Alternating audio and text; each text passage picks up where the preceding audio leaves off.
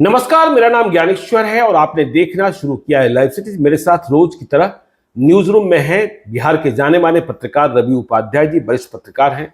रवि जी, हम बात करेंगे इंडिया ब्लॉक की और बात करेंगे आरजेडी और कांग्रेस के गठबंधन की।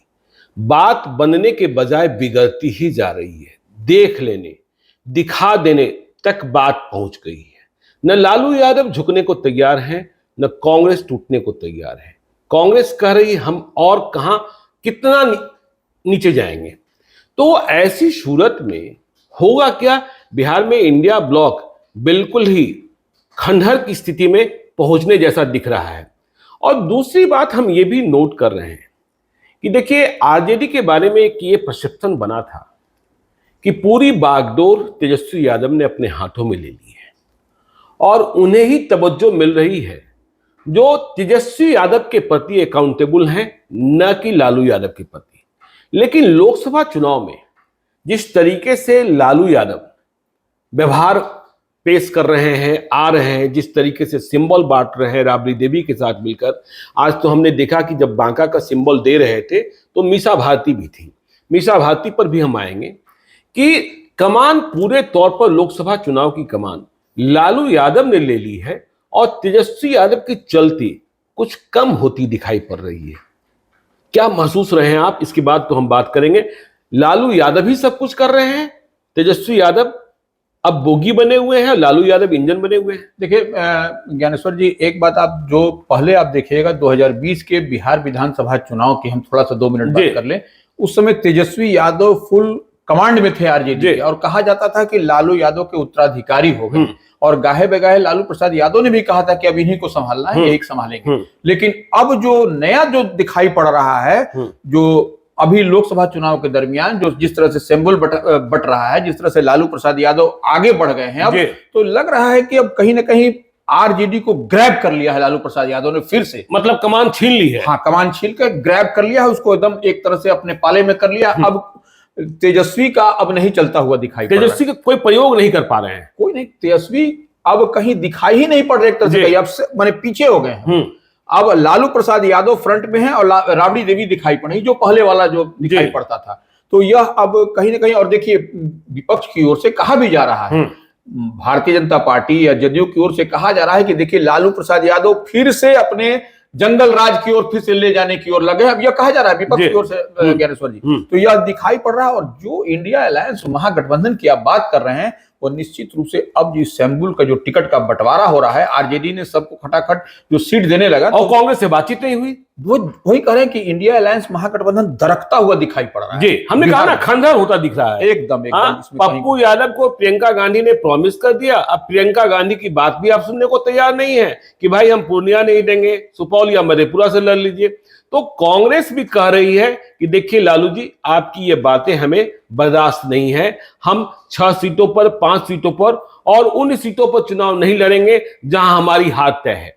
हमने कल भी चर्चा की, लगातार चर्चा कर ही रहे हैं कि वैसी सीटें कांग्रेस को दी जा रही है जहां हारना ही हारना है। और कांग्रेस की दावेदारी वाली सीट जो है वह नहीं दी जा रही है जहां उनके पास उम्मीदवार हैं। अब तो सिंबल बांट दिए जा रहे हैं सीधे तौर पर। कौन राहुल गांधी, कौन प्रियंका गांधी, कौन अखिलेश सिंह, कौन मुकुल वासनिक, इस बात की परवाह ही नहीं की जा रही है। वही देखिए, अब जैसे पूर्णिया को लेकर के ही जैसे पेच फंसा दिया गया कि पूर्णिया से जब वहां से ऑलरेडी कांग्रेस के आला कमान माने राष्ट्रीय नेतृत्व जो होता है जिस पार्टी का संगठन का, उसके तरफ से डिक्लेयर हो गया पप्पू यादव का, तो फिर वहां पेच फंसा दिया गया। वहां दूसरा कैंडिडेट की बात होने लगी, नहीं देने की बात होने लगी, दूसरे जगह मधेपुरा जाने को कहा जाने लगा। तो यह सब जो है सो कहीं ना कहीं यह ठीक संकेत नहीं दिखाई पड़ रहा है।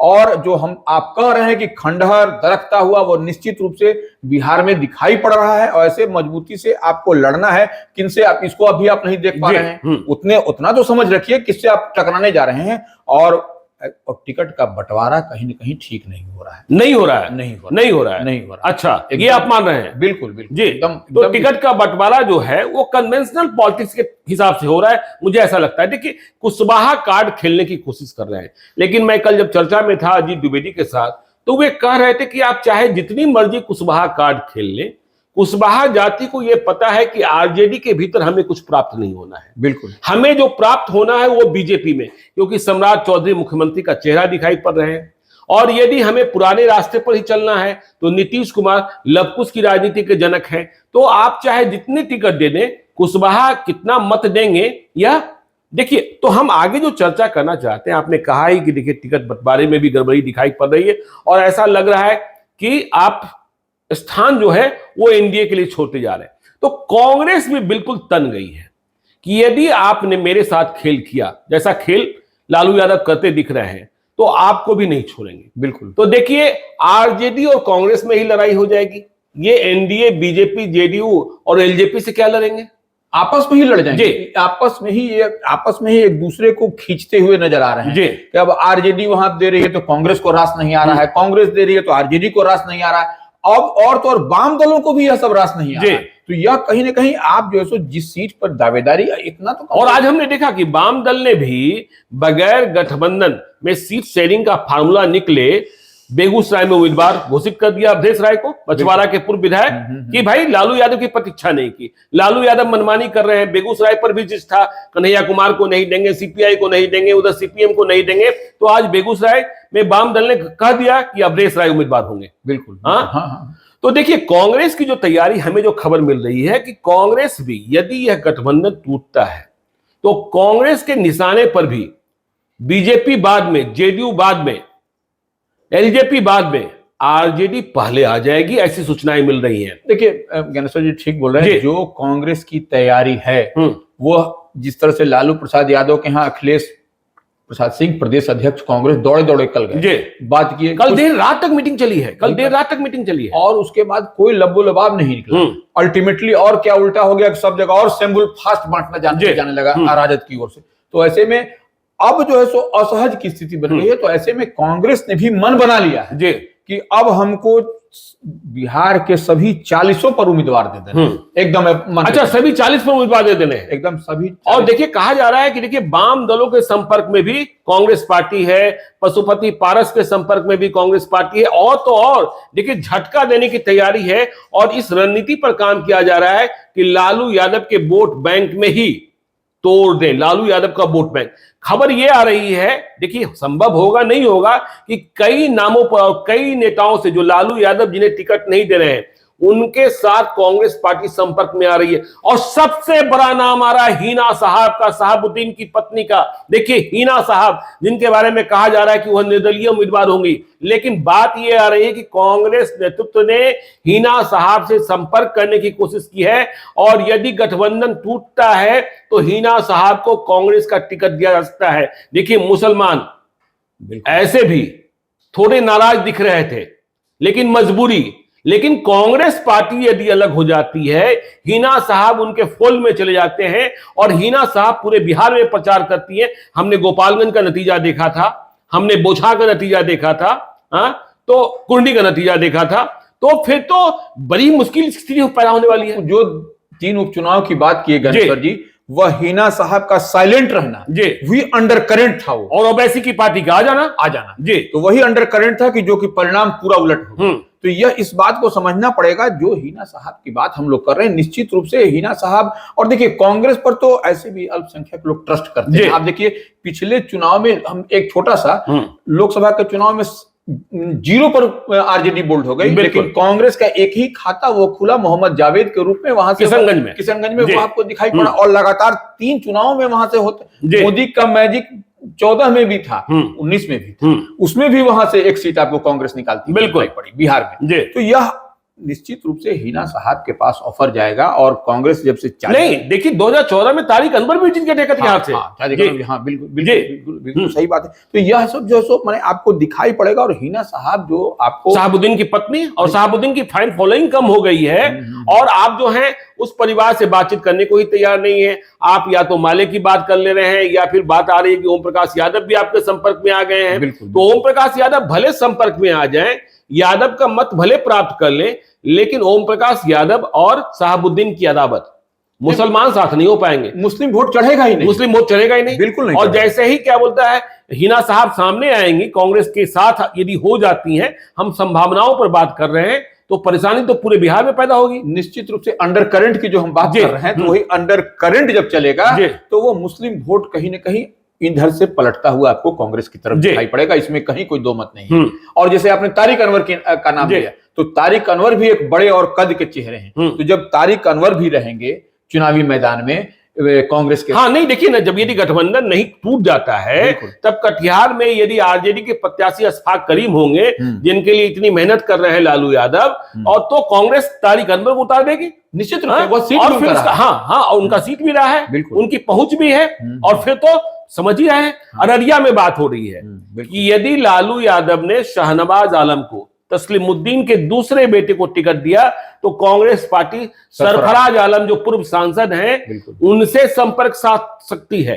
तो यह परेशानी, तो सरफराज भी तो तस्लीम के बेटे हैं। जी, सरफराज बड़े बेटे हैं, सरफराज बड़े बेटे हैं, ठीक है ना।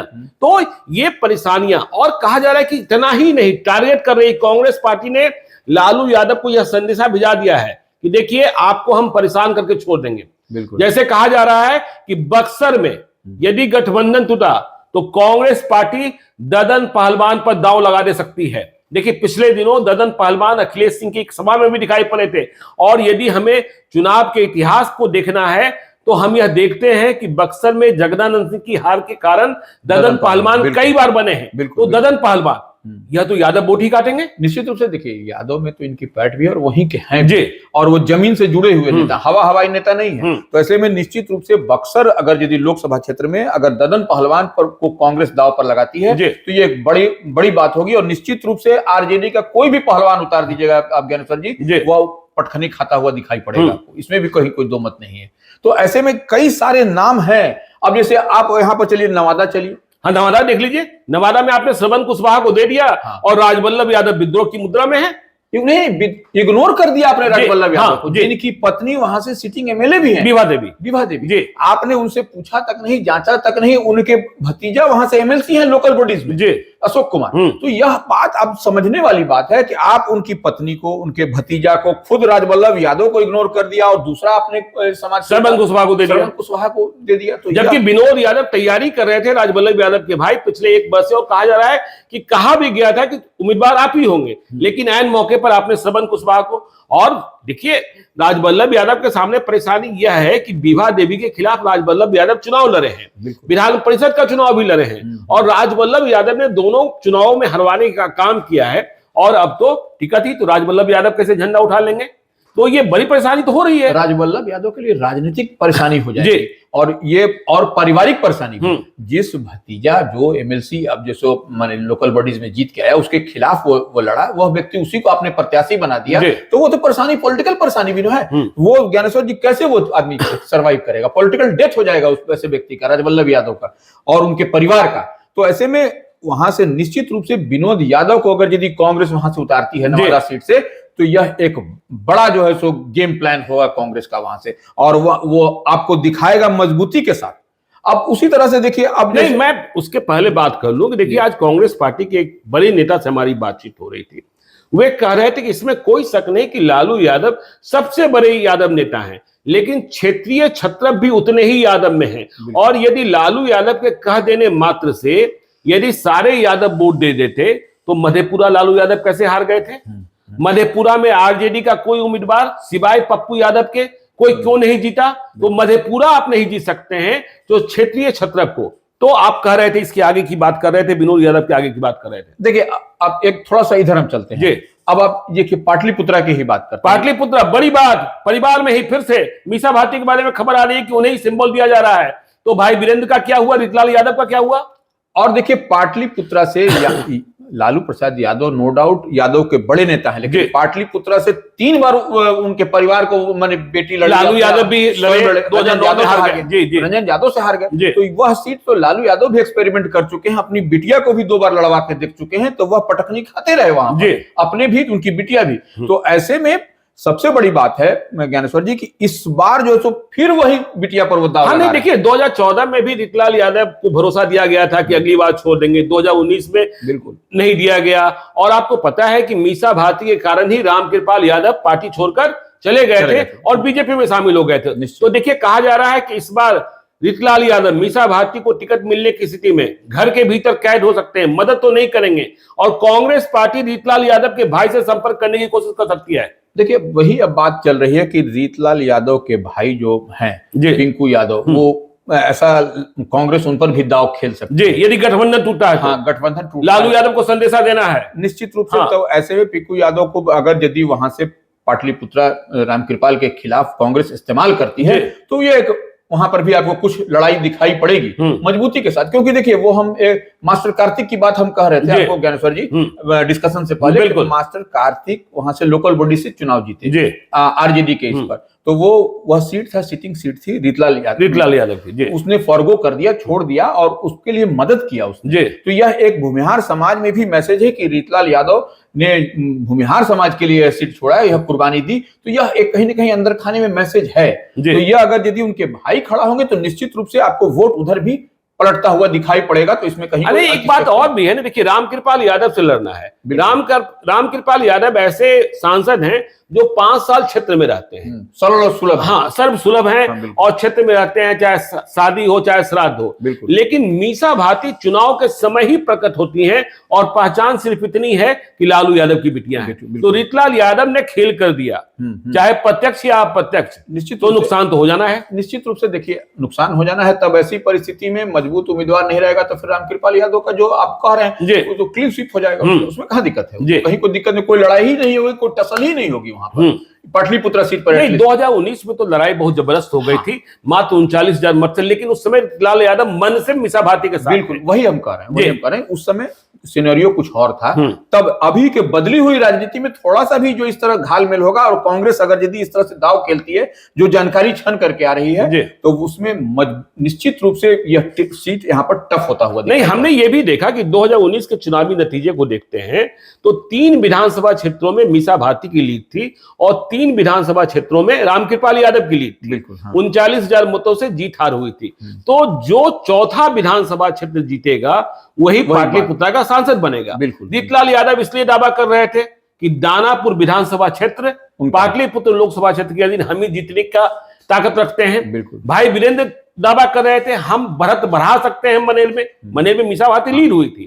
तो ये देखिए परेशानी हो रही है। अब देखिए हम बात कर लें बांका में जयप्रकाश नारायण यादव को सिंबल दे दिया गया, लेकिन वहां भी संजय यादव पूर्व विधायक नाराज हो गए और उन्होंने किला ठोक रखा था। वहां से लोग पटना आ गए थे कि नहीं हम चुनाव लड़ेंगे, बाहुबल के धनी है, सर्वगुण संपन्न है, साधन संपन्न है। जयप्रकाश नारायण यादव पर फिर दांव लगाया जा रहा है। वे मुंगेर से भी सांसद रहे हैं जयप्रकाश नारायण यादव और बांका से भी रहे हैं। लेकिन तो जयप्रकाश नारायण यादव की पसंद भी यह लालू यादव की पसंद दिखती है, तेजस्वी यादव की पसंद नहीं दिखती है। ये एग्जैक्टली हम यही कह रहे थे कि यह जो जयप्रकाश यादव हैं वह लालू प्रसाद यादव की पसंद है, तेजस्वी की पसंद नहीं है। जो आप फेरिस्त देख रहे हैं जितना आप उसमें ज्ञानेश्वर जी, उसमें अधिकांश चेहरे जो है सो लालू प्रसाद यादव की पसंद की ही हैं। वो उसमें या जिनकी बात भी आप कर लीजिए तो वो अब देखिए कई सीट आप देखिएगा कि चाह करके भी आप जो है सो लालू प्रसाद यादव जिस पर उंगली रख दे रहे हैं वही सीट को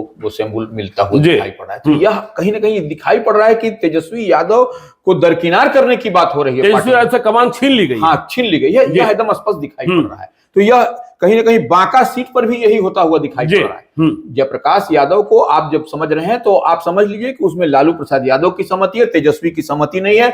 अगर तेजस्वी की सहमति रहती तो वहां पर जयप्रकाश यादव उम्मीदवार नहीं होते। बिल्कुल। चलिए देखिए अब हम जमुई की बात करते हैं। देखिए लेकिन जमुई में जो उम्मीदवार तय हुआ है अर्चना रविदास, बिल्कुल वाइफ ऑफ मुकेश यादव।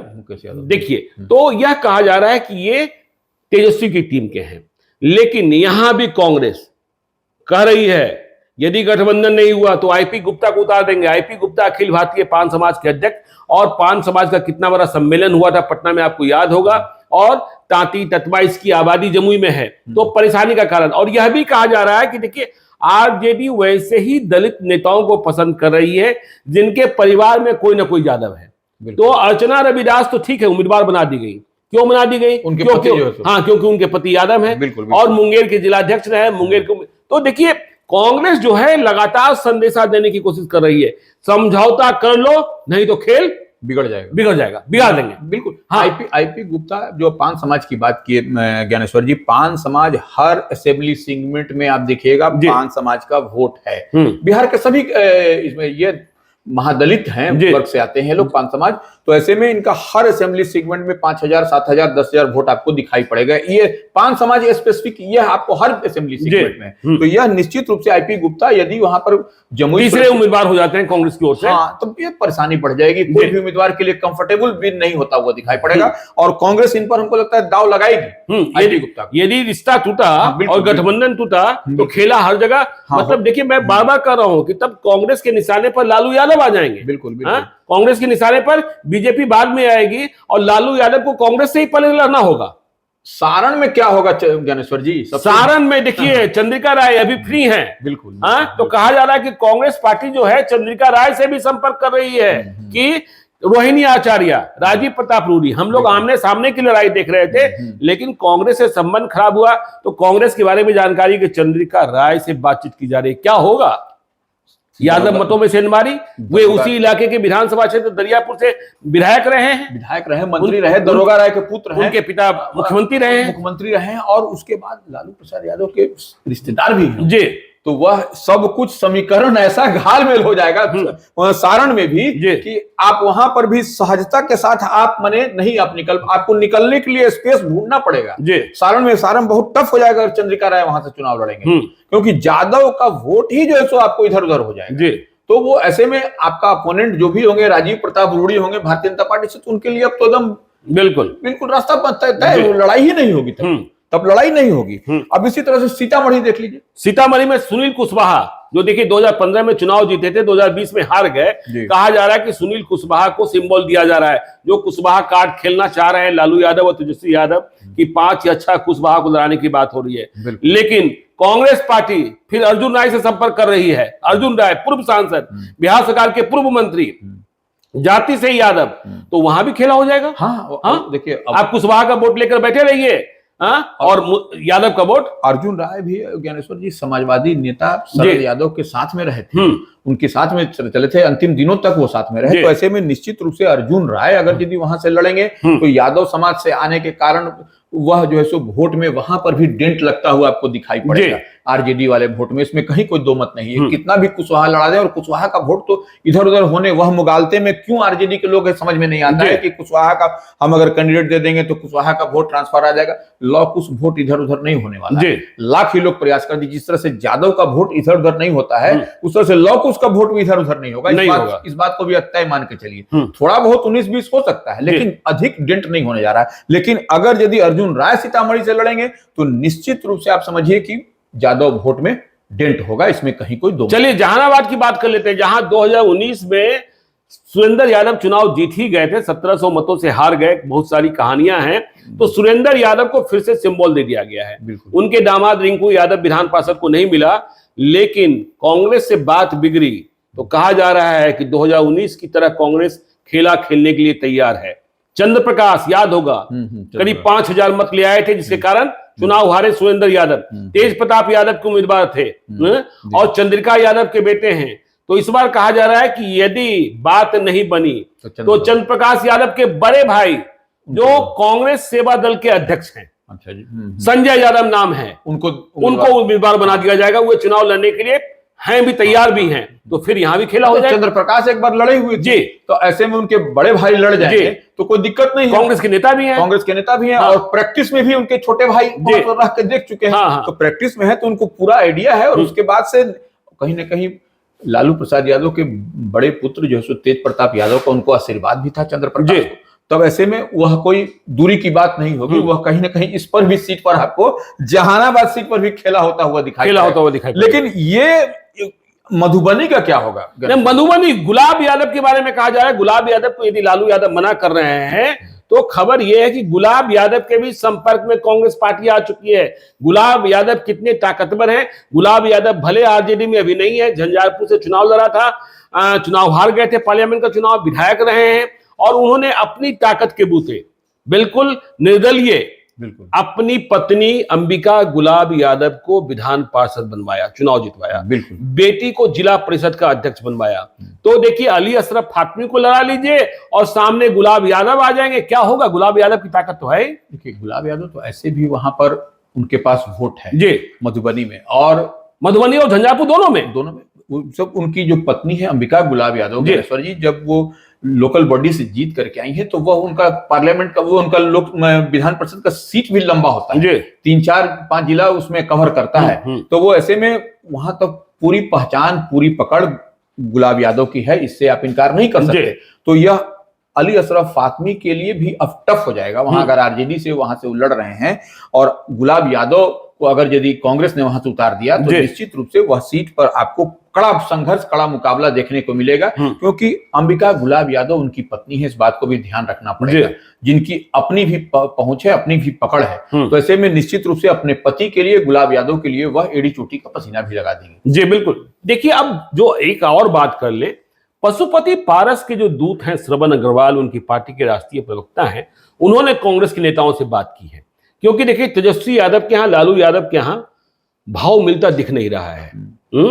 मतलब इस मूड में लालू यादव और तेजस्वी यादव नहीं है कि चिराग पासवान से अभी कोई अदावत ले ली जाए। बिल्कुल। तो यदि तेजस्वी यादव वहां उम्मीदवार उतारते भी हैं चिराग पासवान के खिलाफ, कई चर्चाएं हो रही हैं कि चिराग की जो बहन है, मतलब रामविलास पासवान की पहली पत्नी की बेटी अनिल कुमार साधु की वाइफ, तो इधर कांग्रेस पशुपति पारस के साथ आ जा सकती है। देखिए, निश्चित रूप से कांग्रेस तो छोड़ेगी नहीं जी, कांग्रेस छोड़ने नहीं जा रही है वो किसी चीज को। और कांग्रेस जो अलायंस है उसमें समस्तीपुर की सीट भी मांग रही है। बीके रवि एक आईपीएस अफसर है रिटायर्ड, उनके लिए। और यदि अलायंस में बात बन जाती है तो फिर प्रिंस राज को भी लाए, लेकिन यदि बात नहीं बनी तो क्या पशुपति पारस कांग्रेस के साथ चले जाएंगे? वही करें, कांग्रेस वॉकओवर नहीं देने जा रही है, इस बात को एकदम तय मानिए। और पशुपति पारस पर वह दाव लगाएगी कांग्रेस, और वो चिराग पासवान के खिलाफ जो है सो पशुपति पारस को वहां पर लड़ाएगी, क्योंकि पशुपति कुमार पारस को भी चाहिए। तो पशुपति कुमार पारस तो अपने बोले हैं कि हम लोग साधु हैं, साधु का जमात है, हम लोग तो मैंने साधु है नहीं, हम लोग तो राजनीति करने वाले आदमी है। तो भाई, तो जो राजनीति करने वाला आदमी है तो चुनाव लड़ेंगे ही। तो चुनाव लड़ेंगे तो ऐसे में कांग्रेस का सिंबल रहेगा, हाथ रहेगा। हाँ, नहीं सिंबल नहीं भी हो, उनके साथ समझौता हो जाएगा, उनकी पार्टी को भी बचाए रखा जाएगा, इसमें क्या परेशानी है? तो वो लड़ेंगे वहां से। जब लड़ेंगे तो निश्चित रूप से वहां पर लड़ाई आपको देखने को मिलेगी। प्रिंस राज वहां से भी लड़ेंगे, समस्तीपुर सुरक्षित से। और जो इनके उम्मीदवार बनते हुए दिखाई पड़ रहे थे, श्याम रजक ने अब तय कर लिया कि हम चुनाव नहीं लड़ेंगे। हाँ, तो वहां से समस्तीपुर सुरक्षित से। हाँ, तो वो अब क्लियर कट रहा है। अब जमुई में ही देखिए ना, आपने अर्चना रविदास को दे दिया, तैयारी तो वहां कर रहे थे उदय नारायण चौधरी। बिल्कुल। उदय नारायण चौधरी आपकी पार्टी के वरिष्ठ नेता। उदय नारायण चौधरी तैयारी करते क्या ना, भूदेव चौधरी वहां से पहले एक बार एमपी रह चुके हैं, एमपी है, उनकी पार्टी के एमएलए भी जी, तो उनको भी नहीं, भूदेव चौधरी को भी नहीं, तीसरा आदमी को उठा करके वहां पर दे दिया गया। तो यह अजीब सा खेल ये लालू प्रसाद यादव कर रहे हैं, और पार्टी में सबको कमोबेश सबको वो नाराज करते हुए दिखाई पड़ रहे हैं। आप देखिए, भूदेव चौधरी को नहीं मिला, वो उनकी भी नाराजगी होगी। भाई, हमारा क्षेत्र रहा, हम यहाँ से 1 से एमपी रहे हैं, हम यहाँ से अभी सिटिंग एमएलए हैं। और उसके बाद से जैसे उदय नारायण चौधरी भी पहले भी वहां से लड़ चुके हैं, विधानसभा के स्पीकर रहे हैं। तो उनकी भी प्रबल इच्छा थी कि हम भी इस बार जमुई सुरक्षित से लड़े, लेकिन आरजेडी ने उनको उम्मीदवार नहीं बनाया। तो कहीं ना कहीं देखिए, और बड़ी बात यह है रवि जी कि इतनी बड़ी पार्टी, बिहार की सबसे बड़ी पॉलिटिकल पार्टी आरजेडी, चुनाव लड़ने के लिए मधेपुरा में उम्मीदवार नहीं मिल रहा है, सुपौल में उम्मीदवार नहीं मिल रहा है, दरभंगा में उम्मीदवार नहीं मिल रहा है। तो आप उम्मीदवारी का संकट झेल रहे हैं। और आपको औरंगाबाद में उम्मीदवार नहीं मिला, आप अभय कुशवाहा को जेडीयू से लाए और आपने उम्मीदवार बना दिया। इसके बाद बीजेपी वाले वो वीडियो जो है उसे वायरल करने में लग गए हैं कि देख लीजिए आपके जो उम्मीदवार हैं वो कैसे हैं। मुंगेर में आपको ललन सिंह के खिलाफ लड़ने वाला पार्टी के भीतर कोई नहीं मिला, कोई राजनेता नहीं मिला, तो आपने अशोक महतो को लाया, अशोक महतो की शादी कराई अनीता कुमारी से, फिर उन्हें उम्मीदवार बना दिया। पता नहीं कितना लड़ पाएंगे, यह तो आप कल भी चर्चा कर रहे थे। नहीं तो अशोक महतो, अच्छा, यहाँ वैशाली का क्या होगा? नहीं, वैशाली में जो खबरें आ रही हैं कि मुन्ना शुक्ला को कमिट किया गया है। मुन्ना शुक्ला जाकर बाबा धाम में आशीर्वाद भी ले लिए हैं, लेकिन मुकेश सहनी की बातचीत भी चल रही है। कांग्रेस यदि दूर जाती है तो मुकेश सहनी करीब आ जाएंगे, क्योंकि आरजेडी के पास सीटें देने के लिए अधिक होगी। ऐसी स्थिति में बीना देवी मुकेश सहनी की पसंद हो सकते हैं यदि वह एनडीए से बेटिकट हो रही है। सच में यदि लोजपा ने टिकट नहीं दिया तो। मैंने अभी वही बीना देवी की बात कर रहे हैं जो अभी सिटिंग एमपी है। जी, सिटिंग एमपी जी, मतलब उन दिनेश प्रसाद सिंह की पत्नी। तो यदि मुकेश सहनी से बात बनी, बीना देवी के लिए वैशाली फाइनल कर लिया गया, तो मुन्ना शुक्ला को दिया गया आश्वासन खत्म हो जाएगा।